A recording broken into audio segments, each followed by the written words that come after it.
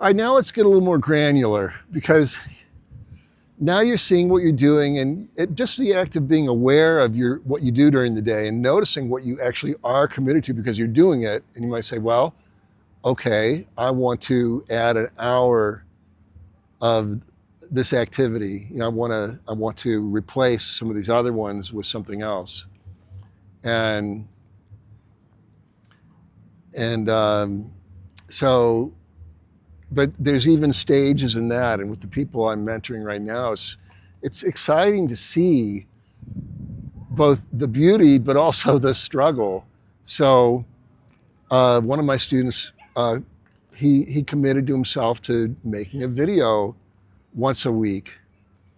Well, the first step was to put the idea in his calendar on the date that he would do it, like every Thursday. So, but he didn't have an actual time set aside to do it. So the date, that's like the seed of a commitment. Like, how do you know you're committed? Because you did it. That's how you know what you're committed to. So the goal is to get from the seed, the idea, because we can think about success all day. And, in some cases that's actually enough, but that's not what this set of videos is about. We'll get into that later. And also, when it's not working, when just visualizing success isn't enough, maybe do a little work. See what happens if you actually put out some effort. So the first step is you've got an idea of your action plan. What day are you going to do that on? That's even that can be a difficult thought. It can be hard to hold that commitment. Then, what hour of the day are you going to do it? And that's a lot harder because that hour rolls around and maybe we want to take a nap or something.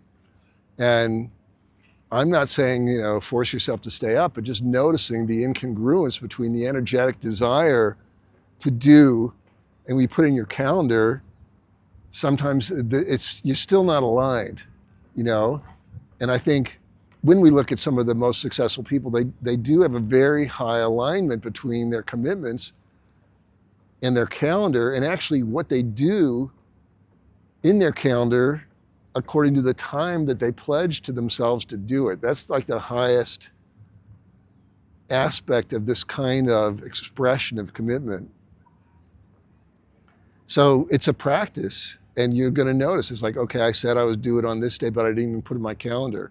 Or now you've graduated, I said I was going to do it on this day, I put it in my calendar at a certain time, but I still didn't do it. And in this particular case with this student, it turned out really he hadn't really broken the steps down enough to realize that he had actually overcommitted. And when I say that, kind of using the word overcommitted that way, what I really mean is that the steps were too big for the time slot, but he hadn't really distinguished it because his level of planning wasn't really granular enough. So we sat down, we got very granular on that. And he's a busy guy. This is a really strenuous exercise for him to be able to isolate a couple of hours a week just to make YouTube videos and then actually do it, And then things come up as well. And I mean, life happens, right? We're not going to completely deal with that. But the more you gain the artistry of commitment, you start seeing new ways to solve those kind of problems so that you don't get off track as much. And, a percentage improvement in this can have a huge benefit in your life. Like if you're able to stay on, like if you're totally off track, right? You just have good ideas, you're not taking any action. That's 100% off track. If you can increase that to 10% on track and 90% off track, that's a huge gain. You went from 0 to 10. And so we're inching or working toward it. It doesn't necessarily have to be inching because sometimes you see something and you got this big opening. And like for me, I've said this, one of my big commitments is my body. And it's been a growing commitment and a growing exploration. And then I got this idea, I've said, I won't keep saying I said before, but anyway, I said before.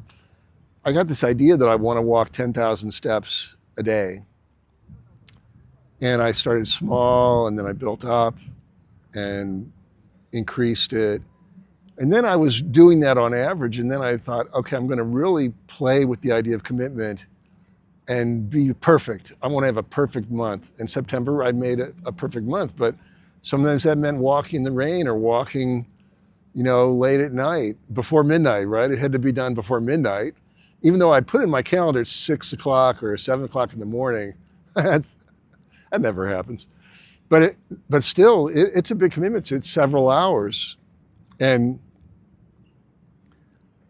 I was already putting in a fair amount of time. So this is a big increase. In a lot of ways, working my body it's my job. People say, they see me out on the street. They say, what are you doing? I say, I'm at work. And the thing is, what's really fun, I had also created space for the idea of making these videos. Like, I'm on my walk right now. I'm sitting still, but I already did half of it. Turns out there's this nice park halfway out.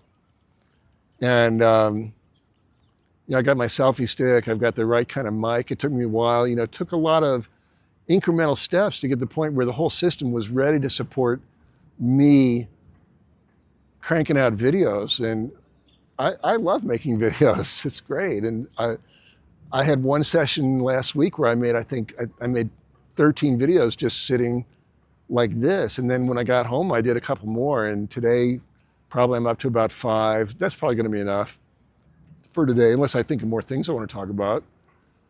And yet, so I've integrated my commitment to creating videos with my commitment to my body. Because I would stop at 5,000 steps anyway and rest.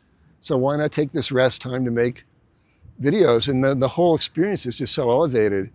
And now it's October, and I've still got a perfect track record. And regarding that, the question is, can I expand that commitment to taking some hikes? So increasing the intensity. There's a nice mountain trail just near where I live, and you got to go there kind of early. I won't explain why, but it's best to go early before the sun gets too hot. At the very least, that's a good reason to go. So again, what does it take for me to get out of bed early enough to be on the trail not later than 7? And it turns out that's caused me to focus on a different part of my life, which is my sleep patterns. It's like, hey, if I want to be fully rested and ready to go by 7, what time do I really need to get up to, get organized or whatever? I mean, can I organize the night before? But the most important thing is, what time do I have to go to bed? And it can be challenging to work backwards and start trying to go to sleep earlier if you're used to going to sleep later.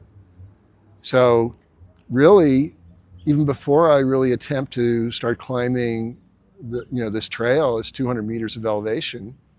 And it's very rocky, so that's also gives me a lot of practice and balance. And so in order for that to happen, I was saying, okay, what I've really got to do first is reorganize my sleep schedule and get into the habit of going to bed at 8 or 9, certainly not later than 9. And then sleeping, how's my sleep quality? And everyone's talking about sleep, but I'm giving you this very practical notion about how I've been playing with my schedule so that I can really continuously improve my ability to fulfill my vision, my purpose for doing these videos, why I think I was born, and have been on this crazy track my whole life that hardly anybody understands, even people in the various movements that I care about. Like, very few people get what I'm doing.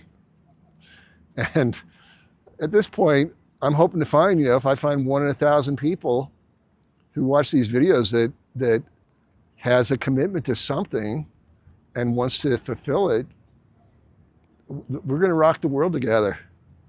So thanks for watching. And,